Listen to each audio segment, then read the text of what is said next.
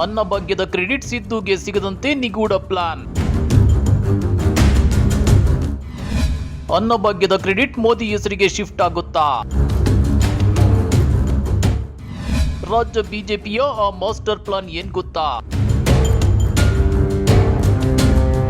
Annabhagya Siddaramaiah CM ಆಗಿದ್ದಾಗ ಜಾರಿಗೆ ತಂದಿದ್ದ ಅತ್ಯಂತ ಜನಪ್ರಿಯ ಯೋಜನೆ.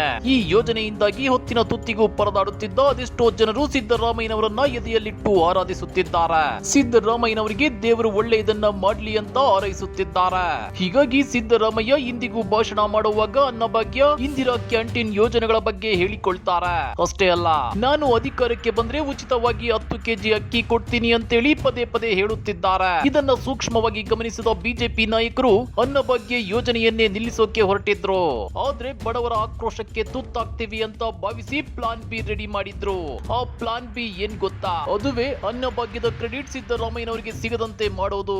ಹಾಗಾದ್ರೆ ಅನ್ನಭಾಗ್ಯದ ಕ್ರೆಡಿಟ್ ಪ್ರಧಾನಿ ಮೋದಿ ಹೆಸರಿಗೆ ಶಿಫ್ಟ್ ಆಗುತ್ತಾ? 2023ರ ಅಸೆಂಬ್ಲಿ ಎಲೆಕ್ಷನ್ಗೆ ಬಿಜೆಪಿ ಮಾಡ್ಕೊಂಡಿರೋ ಆ ಮಾಸ್ಟರ್ ಪ್ಲಾನ್ ಹೇಗಿದೆ ಅನ್ನೋದನ್ನ ತೋರಿಸ್ತೇವೆ.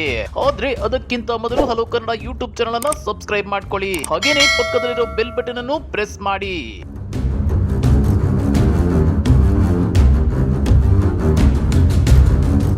ಎಲ್ಲ ದಾನಗಳಿಗಿಂತ ಅತ್ಯಂತ ಶ್ರೇಷ್ಠವಾದ ದಾನ ಅಂದ್ರೆ ಅದು ಅನ್ನದಾನ. ಹಸಿದ ಹೊಟ್ಟೆಗೆ ಅನ್ನ ಕೊಟ್ರೆ ಮನಸ್ಸು ಖುಷಿಯಾಗುತ್ತೆ. ಅನ್ನ ಕೊಟ್ಟವರನ್ನ ತುಂಬು ಹೃದಯದಿಂದ ಹರಿಸುತ್ತಾರೆ. ಹೀಗಾಗಿ ರಾಜ್ಯದ ಬಡವರು ಹಸಿದು ಮಲಗಬಾರದು ಅಂತೇಳಿ ಸಿದ್ದರಾಮಯ್ಯ ತಾವು ಸಿಎಂ ಆಗಿದ್ದಾಗ ಅನ್ನಭಾಗ್ಯ ಯೋಜನೆಯನ್ನ ಜಾರಿಗೆ ತಂದಿದ್ರು. ಬಿಪಿಎಲ್ ಕುಟುಂಬದ ಪ್ರತಿಯೊಬ್ಬರಿಗೂ 7 ಕೆಜಿ ಅಕ್ಕಿಯನ್ನ ಉಚಿತವಾಗಿ ಕೊಟ್ಟಿದ್ರು. ಇದರಿಂದ ಇಂದಿಗೂ ರಾಜ್ಯದ ಬಿಪಿಎಲ್ ಕುಟುಂಬದಾರರು ಸಿದ್ದರಾಮಯ್ಯನವರನ್ನ ತುಂಬು ಹೃದಯದಿಂದ ಹರಿಸುತ್ತಾರೆ. ಆದ್ರೆ ಇದನ್ನ ಕಂಡು ಸಹಿಸದ ರಾಜ್ಯ ಬಿಜೆಪಿ ನಾಯಕರು ಸಿದ್ದರಾಮಯ್ಯನವರ ಅನ್ನಭಾಗ್ಯದ ಯೋಜನೆಯನ್ನೇ ನಿಲ್ಲಿಸೋಕೆ ಯತ್ನಿಸಿದ್ರು. ಆದ್ರೆ ಹಾಗೆ ಮಾಡಿದ್ರೆ ಬಡವರ ವಿರೋಧ ಮತ್ತು ಶಾಪಕ್ಕೆ ತುತ್ತಾಗ್ತೀವಿ ಅಂತ ತಿಳಿದ ಬಿಜೆಪಿ ನಾಯಕರು 7 ಕೆಜಿ ಅಕ್ಕಿಯನ್ನ ಕೇವಲ 5 ಕೆಜಿಗೆ ಇಳಿಸಿದ್ರು. ಆ ನಂತರ ಅದನ್ನ 3 ಕೆಜಿಗೆ ಇಳಿಸಿದ್ರು. ಆ ಮೂಲಕ ಹಂತ ಹಂತವಾಗಿ ಸಿದ್ದರಾಮಯ್ಯನವರ ಅನ್ನಭಾಗ್ಯದ ಯೋಜನೆಯೇ ಇರಬಾರ್ದು ಅನ್ನೋ ನಿರ್ಧಾರಕ್ಕೆ ಬಂದಿದ್ರು. ಆ ನಂತರ ಅನ್ನಭಾಗ್ಯದ ಅಕ್ಕಿಯನ್ನ ರಾಜ್ಯ ಸರ್ಕಾರದ ಬದಲು ಕೇಂದ್ರ ಸರ್ಕಾರ ಕೊಡುವಂತೆ ಬಿಜೆಪಿ ನಾಯಕರು ನೋಡಿಕೊಂಡಿದ್ದಾರೆ. ಇದಕ್ಕೆ ಒಂದು ನಿಗೂಢ ಕಾರಣ ಕೂಡ ಇದೆ. ಹಾಗಾದ್ರೆ ಏನು ಆ ಕಾರಣ ಅನ್ನೋದನ್ನ ತೋರಿಸ್ತೀವಿ.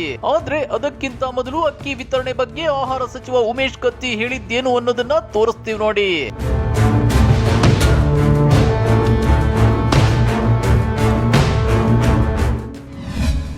ಸಿದ್ದು 10 ಕೆಜಿ ಅಕ್ಕಿ ನೀಡೋ ಮಾತಿಗೆ ಕತ್ತಿ ತಿರುಗೇಟು. ಪ್ರತಿಯೊಬ್ಬ ಸದಸ್ಯನಿಗೆ 5 ಕೆಜಿ ಅಕ್ಕಿ ಸಾಕು ಎಂದ ಕತ್ತಿ.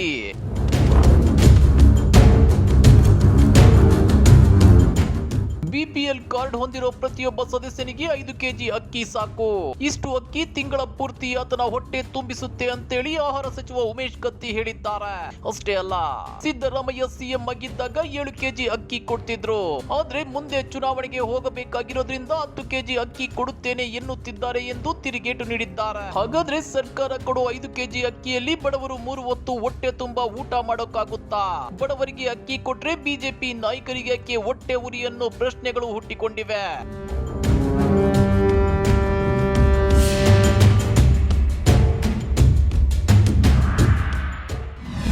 ದೀಪಾವಳಿ ನಂತರ ಹೊಸ ಕಾರ್ಡ್ ವಿತರಣೆ. ಸರ್ಕಾರಿ ನೌಕರರು ಬಿಪಿಎಲ್ ಕಾರ್ಡ್ ಪಡೆದಿದ್ದರೆ ಕ್ರಿಮಿನಲ್ ಕೇಸ್.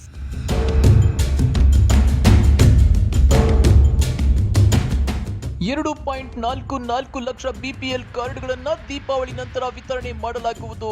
ಬಿಪಿಎಲ್ ಕಾರ್ಡ್ ಪಡೆಯಲು ಮಾನದಂಡ ಮೀರಿರುವ 2.5 ಲಕ್ಷ ಕಾರ್ಡ್ಗಳನ್ನ ತೆಗೆಯಲಾಗುವುದು.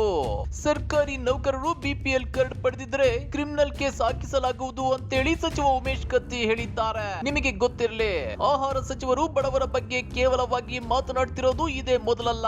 ಕಳೆದ ಏಪ್ರಿಲ್ ನಲ್ಲಿ ರೈತನೊಬ್ಬ 5 ಕೆಜಿ ಅಕ್ಕಿ ಬದಲಾಗಿ 3 ಕೆಜಿ ನೀಡುತ್ತಿರೋದಕ್ಕೆ ನಾವು ಸಾಯ್ಬೇಕಾ ಬದುಕಬೇಕಾ ಅಂತೇಳಿ ಪ್ರಶ್ನೆ ಮಾಡಿದ್ರು.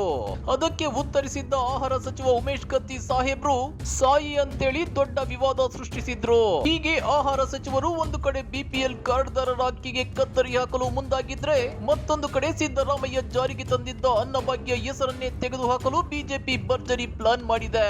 ಅಷ್ಟೇ ಅಲ್ಲ, ರಾಜ್ಯ ಸರ್ಕಾರ 5 ಕೆಜಿ ಅಕ್ಕಿ ಬದಲಿಗೆ 3 ಕೆಜಿ ಅಕ್ಕಿ ಮತ್ತು ರಾಗಿ ಕೊಡ್ತಾ ಇದ್ರೆ, ಕೊರೋನಾ ಸಂಕಷ್ಟದಲ್ಲಿ ಜನರ ರಕ್ಷಣೆಗೆ ಧಾವಿಸಿರೋ ಕೇಂದ್ರ ಸರ್ಕಾರ 5 ಕೆಜಿ ಅಕ್ಕಿಯನ್ನ ಕೊಡ್ತಾ ಇದೆ. ಆ ಮೂಲಕ 2023ರ ಚುನಾವಣೆಯಲ್ಲಿ ಅಕ್ಕಿ ಯಾರು ಕೊಟ್ರು ಅಂದ್ರೆ ಮೋದಿ ಕೊಟ್ರು ಅಂತ ಜನ ಹೇಳ್ಬೇಕು ಅಂತೇಳಿ ರಾಜ್ಯ ಬಿಜೆಪಿ ನಾಯಕರು ಮೆಗಾ ಪ್ಲಾನ್ ಮಾಡಿದ್ದಾರೆ. ಆದ್ರೆ ಅನ್ನಭಾಗ್ಯ ಯೋಜನೆಯ ಅನ್ನ ತಿನ್ನುತ್ತಿರೋ ರಾಜ್ಯದ ಜನ ದಡ್ಡರಲ್ಲ. ಬಡವರು ಹಸಿದು ಮಲಗಬಾರ್ದು ಅಂತೇಳಿ ಅನ್ನ ಕೊಟ್ಟ ಸಿದ್ದರಾಮಯ್ಯನವರನ್ನ ಯಾವತ್ತೂ ಮರೆಯಲ್ಲ. ಆ ಅನ್ನದ ಆಶೀರ್ವಾದ 2023ರಲ್ಲಿ ಸಿದ್ದು ಮೇಲೆ ಇದ್ದೇ ಇರುತ್ತೆ ಅನ್ನೋ ಮಾತುಗಳು ಕೇಳಿ ಬರ್ತಾ ಇವೆ. ಈ ಬಗ್ಗೆ ನೀವೇನಂತೀರಾ? ಕಮೆಂಟ್ ಮಾಡಿ, ವಿಡಿಯೋ ಲೈಕ್ ಮಾಡಿ, ಶೇರ್ ಮಾಡಿ.